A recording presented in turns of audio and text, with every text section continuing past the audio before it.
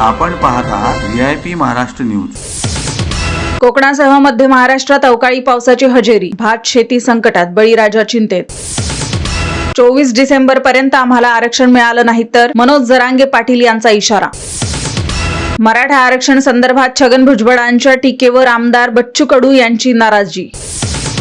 महाराष्ट्र आणि मॉरिशसमध्ये पर्यटन वाढीला चालना देण्यासाठी सामंजस्य करार महत्त्वपूर्ण भूमिका निभावेल, पर्यटन मंत्री गिरीश महाजन।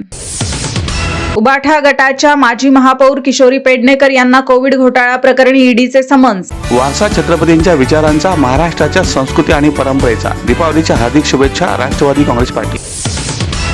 भारतीय हवामान विभागाने कोकणात ढगांच्या गडगडाटासह मुसळधार पाऊस कोसळणार असल्याचा अंदाज दिला होता। त्यानुसार सिंधुदुर्ग जिल्ह्यातील बहुतांश भागात मंगळवारी रात्रीपासून पावसाची संततधार सुरू आहे। काही ठिकाणी संततधार तर काही ठिकाणी मुसळधार कोसळत असल्याने बळीराजा चिंतातूर झालाय। हातातोंडाशी आलेलं भात पीक वाया जाण्याची भीती बळीराजाला आहे। ऐन भात कापणीच्या हंगामात पाऊस पडत असल्याने बळीराजा विवंचनेत सापडला आहे। सिंधुदुर्ग जिल्ह्याला आज येलो अलर्ट देण्यात आला आहे, तर पुढील 4 ते 5 दिवस जिल्ह्यात पाऊस पडण्याची शक्यता हवामान विभागाने वर्तवली आहे। सिंधुदुर्ग जिल्ह्यातील बहुतांश भागात अवकाळी पाऊस सुरू आहे। कोल्हापूर जिल्ह्याच्या ग्रामीण भागामध्ये रिमझिम पावसाची हजेरी पाहायला मिळत आहे। राधानगरी, भुदरगड तालुक्यात रिमझिम पाऊस सुरू आहे। भात पिकाच्या कापणीला पावसाचा फटका बसत असल्याने बळीराजा चिंतेत आहे। रात्रीपासून सिंधुदुर्गात अवकाळी पावसाची संततधार सुरूच आहे।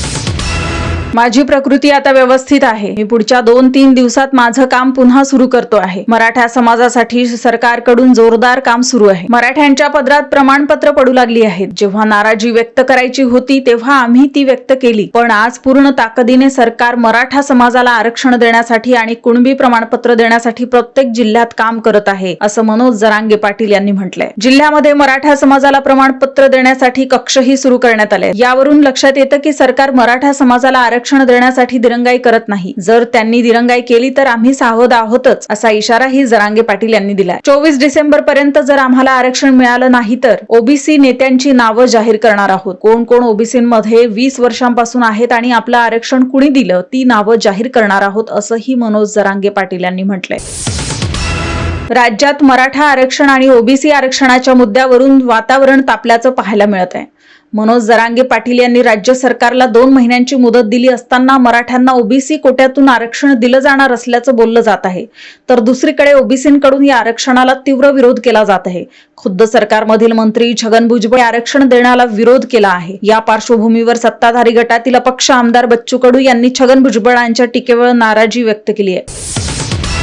महाराष्ट्र आणि मॉरिशसमध्ये पर्यटन वाढीला चालना देण्यासाठी आज केलेल्या सामंजस्य करारावर महत्त्वपूर्ण भूमिका निभावेल अशी ग्वाही पर्यटन मंत्री गिरीश महाजन यांनी दिली आहे। सह्याद्री अतिथीगृह येथे पर्यटन वाढीसाठी मॉरिशस प्रजासत्ताकचे पर्यटन मंत्रालय आणि पर्यटन संचालनालय, महाराष्ट्र शासन यांच्यामध्ये सामंजस्य करारावर स्वाक्षरी करण्यात आल्या। यावेळी मॉरिशस प्रजासत्ताकचे पर्यटन मंत्रालयात दुष्यंत कुमार बकोटवार, पर्यटन विभागाच्या सचिव जयश्री भोज, पर्यटन संचालक डॉक्टर BN पाटील उपस्थित होते।